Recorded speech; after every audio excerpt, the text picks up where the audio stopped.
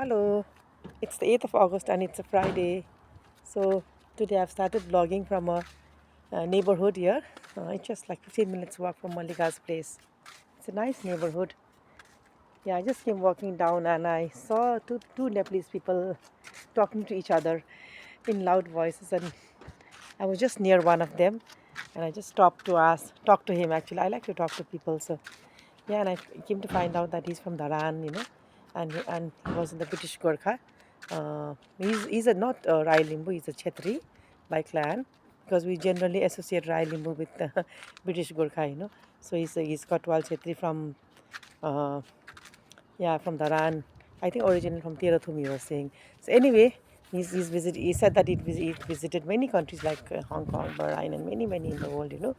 Stayed many countries, and now he's been staying here since the last, I think, 21 years. Yeah, and yeah, it was nice talking to him. We had a chat for around 8 hours. I mean, half an hour on the road while he was washing his car. And then he was just telling me that there are many Nepalese here. Lots of Nepalese have like bought home.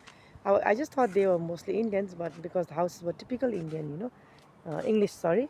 But yeah, I just came to know that in that line only there were like five or six Nepalese who purchased their home, and they just also, and some are just settling in the houses.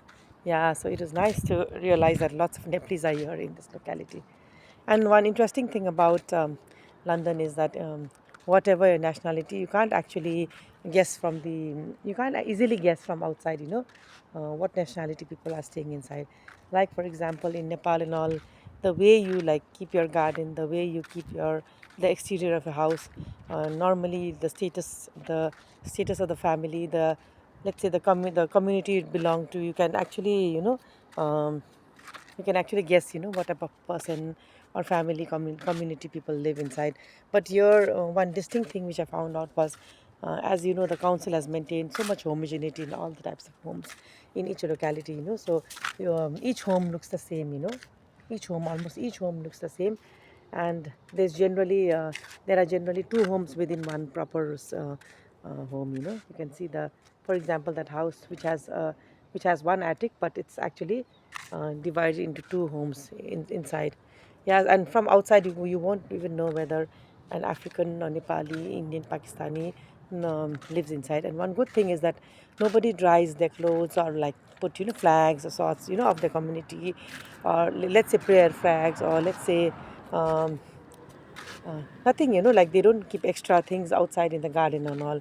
So that is very interesting thing, because in Nepal, if I was to compare a family living in Nepal, I'm sure they would be having so many stuffs outside in the garden, like keeping buckets and let's say many things, unnecessary things in the garden and cluttering the space and all. And here, that is one remarkable thing which I've seen here, is like they've tried to maintain the homogeneity of all the houses, and all the houses are very clean, and just a few flowers in the garden, and that's it.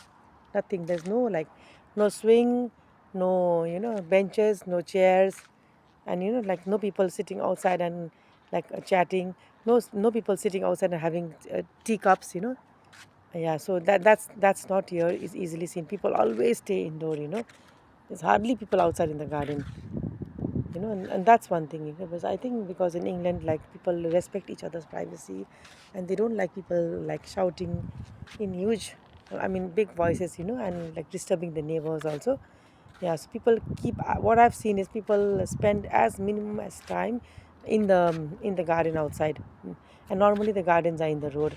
Yes, of course they can have a barbecue and all that in the backyard, but never in the front yard. So the front yard is all kept very private, and hassle free and clutter free. So that's the reason why we can't identify which family, which community is staying outside. There's just a car in the park, that's it, and a small garden, and that's it. Whatever they do, and whatever like culture, whatever practices they do, everything they do inside the house and in the backyard.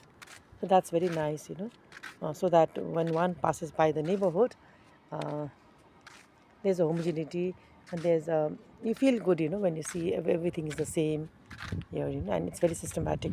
All the cars are parked in the bracket. They are allowed to park in the pavement also, you can see here, no? So but they've marked the pavements also, so you can just park within the bracket and within the marks. None of the cars are outside the mark. Just see, that's so lovely. So this is a system which I have seen in London.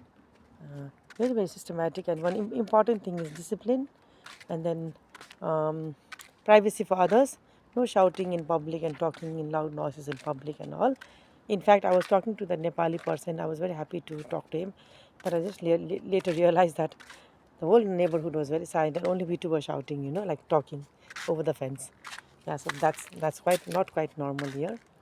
People would prefer the neighborhood to be very silent. Yeah. So that's nice, for a good quality life, you need to have some privacy, some peacefulness, serenity. Yeah, so that's all here. And the only noise you hear is the noise of the cars going by the road. Yeah, so this is the Gloucester Road area. This road, the name of this road might be different, but this is the Gloucester Road area. Yeah, so lovely. Yeah, so this is the vlog and for today and yesterday, as I mentioned yesterday morning, we went to Onslow High Street, and we did some shopping and some preparation for tomorrow's trip to the sea.